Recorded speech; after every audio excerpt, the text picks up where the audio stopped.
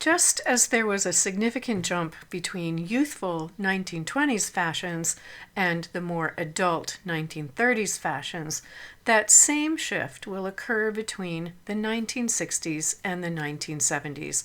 Short styles that made women look prepubescent in the 60s will give way to longer lines and more adult styles. In the 70s, the signature silhouette for women is the A-line, with the hem wider than the hips. Skirts, dresses, and coats were available in 3 lengths: mini, midi, and maxi skirts. Do your own thing was a popular mantra, and these choices encouraged women to create their own styles, layering several together. The midi skirt that fell just below the knee was at first widely rejected by American women, but 3 or 4 years after its introduction, it found wide acceptance. Fashion emphasized the long, lean figure, using optical illusions to elongate the leg. The fashionable woman's figure was a compromise between the prepubescent figure of the 60s with a nod toward a little more femininity. The slender figure with a small bust line was the most stylish. By the mid-1970s, the short miniskirt starts to give way, and by 1978, the knee-length or midi skirt was most fashionable. The ensemble on the left shows a typical 1970s blend of men's and women's tropes: a man-tailored shirt and vest, matched with a floral midi skirt. Boots are the most fashionable form of footwear, worn for all occasions except formal wear. The 1970s silhouette hugs the body from shoulder to hip. Women adopt trousers as common everyday wear.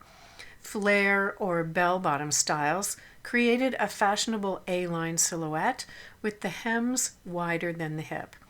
This style fits smoothly over the hip and has a high waist. Women have the option of a front fly closure for a man-tailored look or a side closure. If tailored to be worn for business or business casual, women's trousers had a crease pressed or sometimes stitched into the leg. Casual versions, such as the orange outfit on the far right, did not have a crease. 1970s fashion defined elegance in some of the same ways it had in the 30s: the long, lean silhouette with an emphasis on single color dressing. This contributed to the illusion of elongation, with very little to break up the long line from shoulder to shoe. Some influential style icons were Bianca Jagger, a Nicaraguan social and human rights activist who was at that time a supermodel and married to Mick Jagger of the Rolling Stones. She epitomized the jet-set European styling. Jackie Kennedy Onassis continued from the 1960s as the epitome of American understated elegance, as seen through a couture lens. She patronized both American and French fashion throughout her life, and her style emphasized clean, unfussy elegance. And one icon for middle American style was Farrah Fawcett, a famous television actress and model who epitomized the all-American look of the 1970s. Over-the-top glamour switched from Hollywood films to television in the 70s, showcased in weekly variety shows that featured music performances, such as the Sonny and Cher show. Cher and Diana Ross were 2 of the most glamorous entertainers that millions of women wanted to look like. Women who were more politically minded watched these 3 women closely to see what the fashion for rebellion looked like. Each had a unique style. Eleanor Holmes Norton and Gloria Steinem were activists working outside the mainstream power system. And Shirley Chisholm, who was the first black woman elected to the U.S. Congress, in 1972 she ran for the Democratic nomination for president. She epitomized the establishment style for rebellion. The style setter for the average American woman was once again Mary Tyler Moore, this time starring in her own show. She played a single career woman, and every week she was seen in the workplace, grappling with the challenges of being taken seriously. This was a cultural sweet spot in the 1970s as the old social mores unraveled and women flexed new muscles as working women, divorced women, women committed to the single life, and newly conscious women. As women were reinventing themselves, fashion moved with them. Clothing, even in the office, was colorful and personal.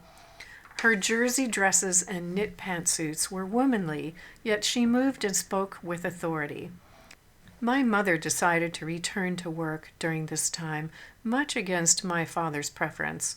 And I remember her copying what Mary Tyler Moore wore because there were no other guidelines available on how women should dress professionally. The pantsuit is a 1970s style icon. It used men's tailoring as its inspiration, but was not limited to traditional menswear fabrics. Strong jewel tones are common, and orange and rust were fashionable, an unusual choice in fashion. Some styles of pantsuit feature a tunic-style top not meant to be worn with a blouse. These two-piece pantsuits harken back to some of the space-age fashions we saw in the 60s. In 1974, American designer Diane von Furstenberg invented one of the most iconic styles, the wrap jersey dress.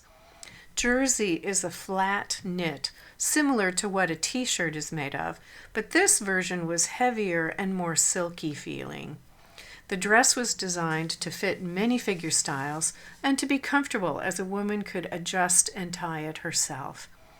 It was designed to go from the office to dinner or cocktails.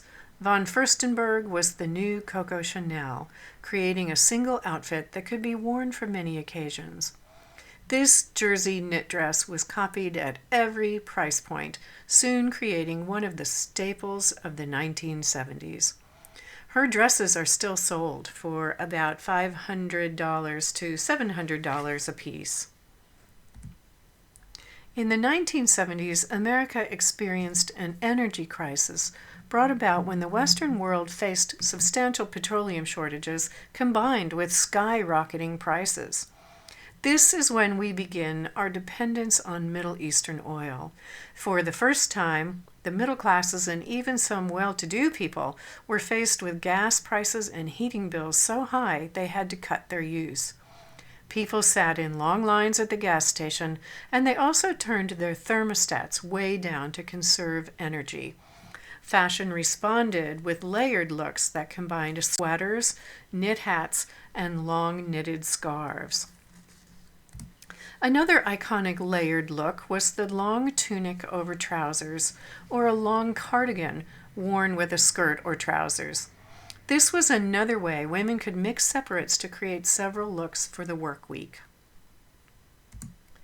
Another 70s iconic garment is Palazzo Pants, inspired by Italian fashions. These are very wide trousers or a jumpsuit made of thin, dressy materials. It was generally intended as a social garment for garden parties, cocktails, or entertaining at home. The halter neckline revives from the 1930s for evening dresses or for day wear as a short crop top. Other blouse styles also shorten to below the bust to show the stomach. There are several signature sleeve styles for the 1970s. The first is the bell sleeve. Associated with fashions derived from hippie styles, the bell can fall from the shoulder or from the elbow. Bishop sleeves are full and gathered into a puff at the bottom. The cuffs can be particularly long to hold 3 or sometimes 4 buttons. A few dresses feature what we would call a demi-guillot sleeve, or as it was called at the time, a Juliette sleeve. Cape sleeves add drama to this fashion era. They can be as large as an actual cape. They can fall from the elbow or form a small capelet around the neckline. A signature collar for the 1970s is a wide collar with extremely long points that reach toward the shoulders. This is called a dagger collar or butterfly collar, and it was worn by both men and women. Let's look at some real women at work in the 1970s.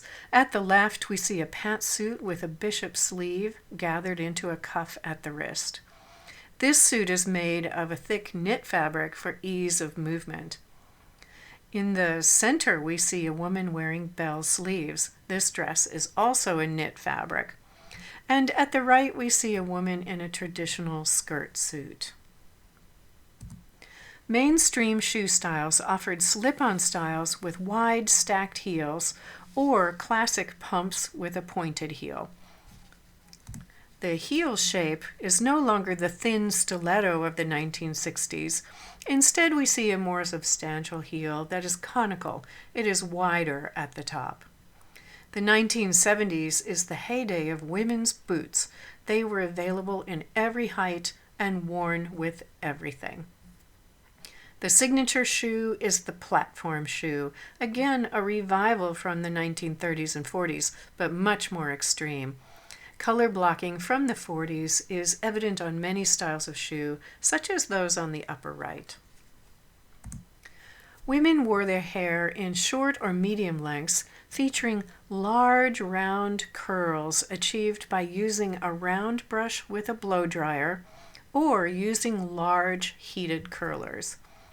This form of styling called for women to spend extended periods of time each morning to achieve their hairstyle, instead of sleeping on hair curlers at night, which was suddenly considered old-fashioned, something their mothers did. Black women straightened their hair to style it or decided to go natural with an afro. Wigs were heavily targeted to the black consumer, with synthetic fibers making wigs more affordable and easier to manage. One signature haircut for both men and women was the shag, a razor cut that created feathered layers, short on the top and long on the bottom. This style featured bangs that covered the forehead. In 1976, American skater Dorothy Hamill won a gold medal in the Olympics, becoming a celebrity. She wore a short hairstyle that was a geometric cut, somewhat inspired by the 1960s Sassoon cut, but softer. This hairstyle became an overnight sensation, and millions of women cut their hair to look like hers. In 1977, an influential miniseries debuted on television titled Roots. It explored generations of an enslaved family descended from one man captured in Africa. This was the first mainstream televised event to separate slavery from the dry history books and apply it to characters the general public empathized with. This popularized African hairstyles, with cornrows entering American fashion. Strangely, cornrows were also copied by a white actress in a movie titled 10, setting off a discussion about whether cornrows should be co-opted as a fad, while the black community attributed more cultural or spiritual meaning to their hairstyles. Hats are no longer a mandatory element of a woman's wardrobe, but will remain as a signature of personal expression. At top left, cartwheel hats with a large brim are now floppy, with the brim falling softly around the face. On the bottom left, we see a soft fedora and a peach basket or flower pot hat. Some hats are now knitted versions of traditional hats, others retain traditional felt materials. In the center, cloche hats return with the nostalgic styles. This one is knitted. At the right, we see a newsboy cap influenced by 1960s mod styles. Cosmetics in the 1970s introduce overt colors of eyeshadow, such as blue, green, and purple, to work with the strong jewel tone color palette of clothing. This idea treated the face as an artistic canvas to be painted for fun and not necessarily just for correction or glamour. The most popular lip colors were in the coral ranges. I'd like to close our look at 1970s fashions with two fads: culottes, a skirt-like garment that actually splits in the middle like trousers, and on the right we see knickers, short trousers that end just below the knee. Culottes were intended to provide ease and confidence of movement. Knickers were part of the nostalgia revival last worn by young boys in the 19-teens, 20s, and into the 30s. I owned both of these fashions, and I was sent home from school for trying to wear them. My public school, like so many, had rules that girls had to wear skirts. I thought for sure I would get away with the culottes, but no. I was sent home a third time for wearing a maxi skirt. When I objected to the school principal that at least I was wearing a skirt this time, he said I would probably fall down the stairs and break my neck. My long-suffering mother was, by this time, prepared for my sartorial rebellion, and she had an alternate outfit to drive to school so I could change. So even though we've been looking at revolutionary changes for women's fashion, it's important to keep in mind that Middle America was not always prepared to accept them. The older generation was truly baffled by much of it.